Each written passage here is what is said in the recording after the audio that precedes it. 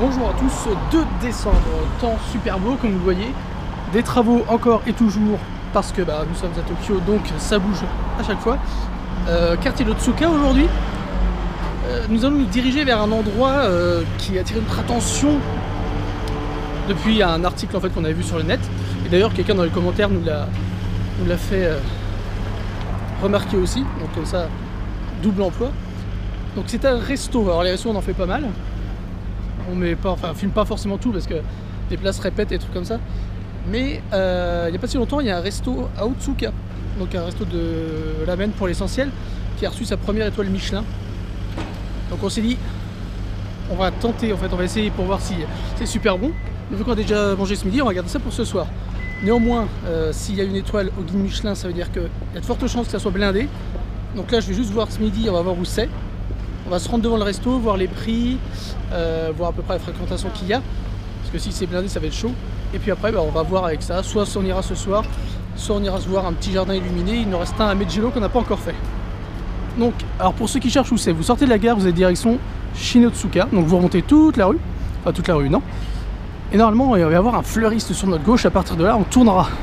Donc je vous reprends juste devant le fleuriste. Donc voilà, suivez le corbeau. Toujours très barre, le fleuriste, voilà, il est ici.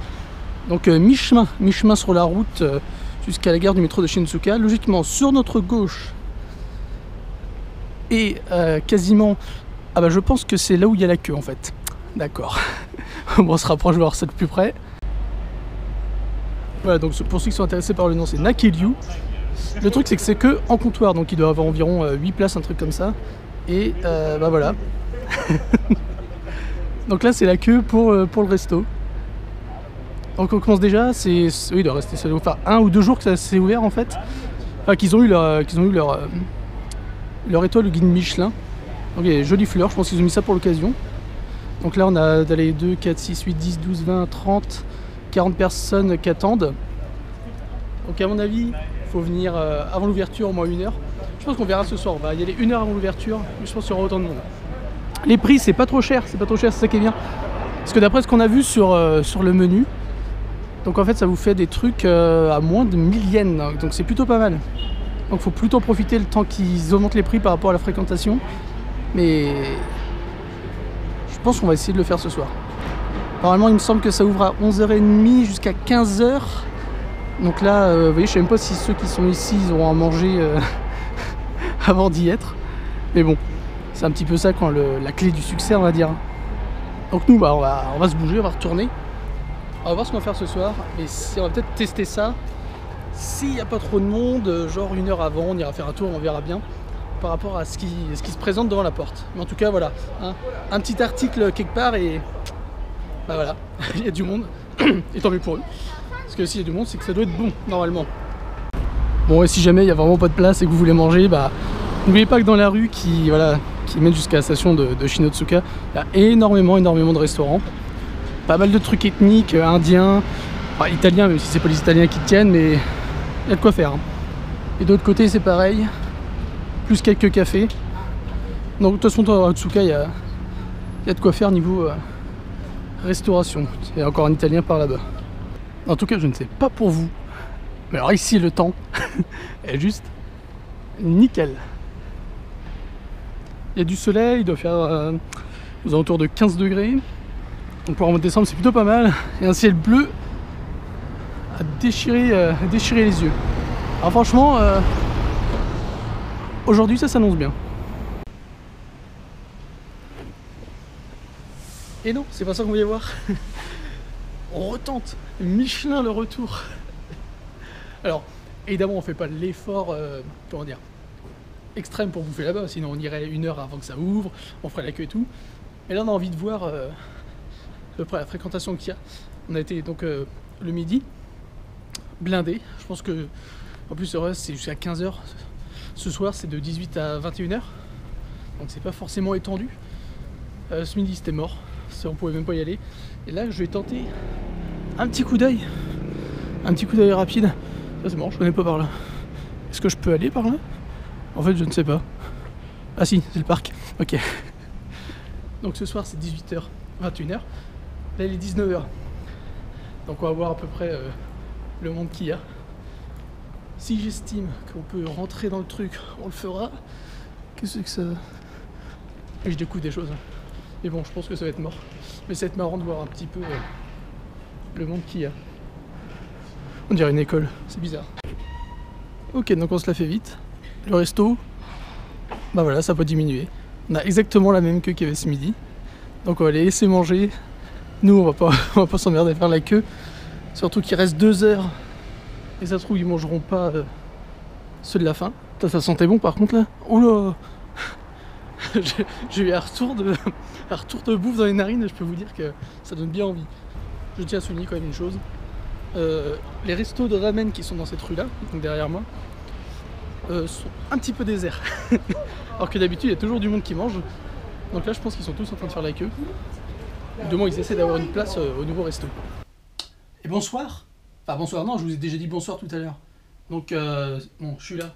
On n'est pas dans le resto Michelin, donc voilà, c'est que hein, y a un petit peu trop de monde comme vous avez vu. Donc on fera ça une autre fois, hein, il y a le temps. On est là pour encore 1 an, donc je pense on aura le temps d'aller manger là-bas. Et de s'essayer au ramen, même si ce n'est pas forcément notre plat favori. Enfin bref. Donc du coup, pas de restaurant, mangeage combini. Oui, c'est dégueu, mais c'est pas grave, on s'en fout.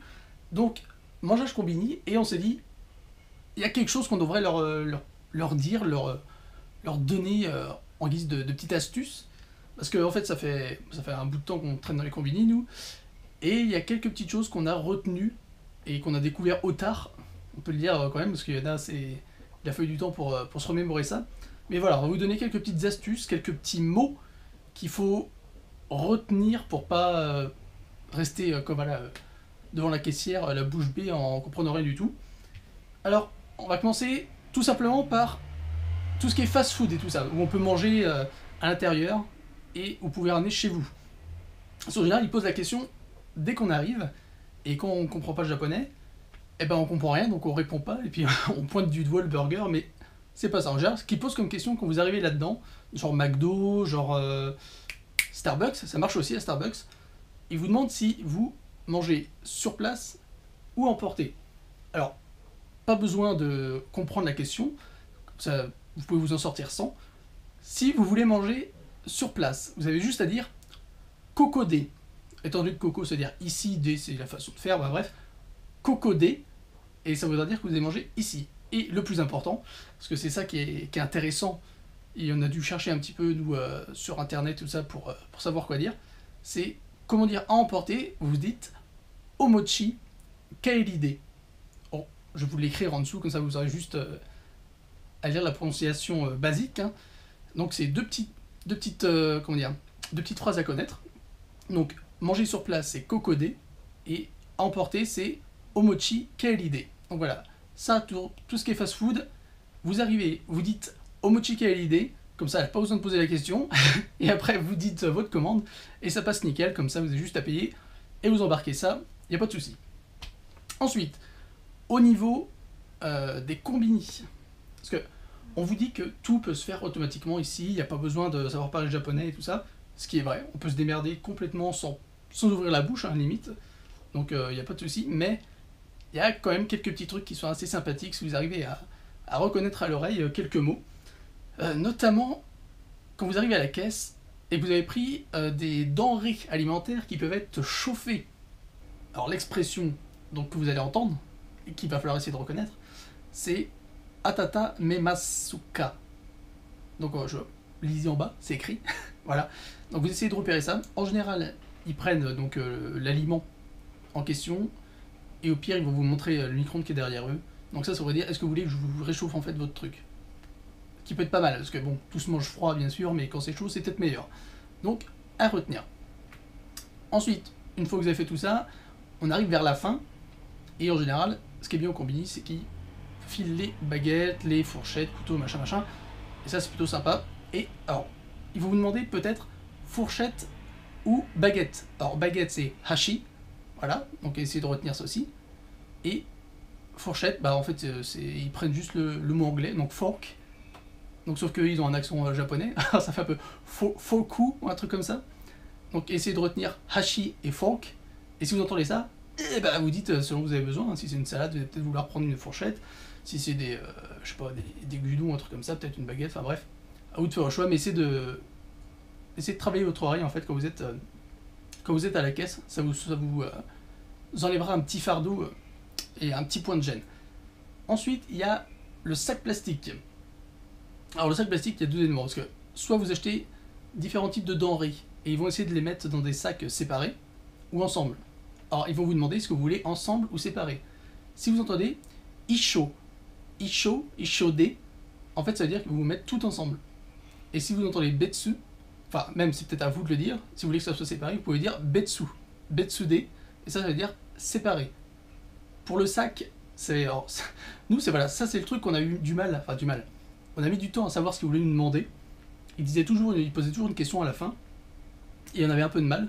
Par exemple au Starbucks, quand on partait avec 2 gobelets, or qu'on était tous les deux, et ben en fait il nous demandait si on voulait un sac, sauf qu'on comprenait pas la phrase qu'il nous disait, et en fait il fallait repérer le mot, c'était fukulo. Et quand vous entendez fukulo, c'est-à-dire qu'il va vous parler d'un sac. Alors à mon avis c'est, est-ce que vous voulez un sac avec ça, ou est-ce que vous voulez le prendre voilà, à main nue et partir. Donc fukulo c'est un mot qui est plutôt utile à connaître, parce que ça vous dépannera de quelques situations, comme par exemple de prendre un gobelet brûlant dans les mains jusqu'à chez vous, et donc finir avec les mains cramées au 3e degré. C'est pas toujours sympa.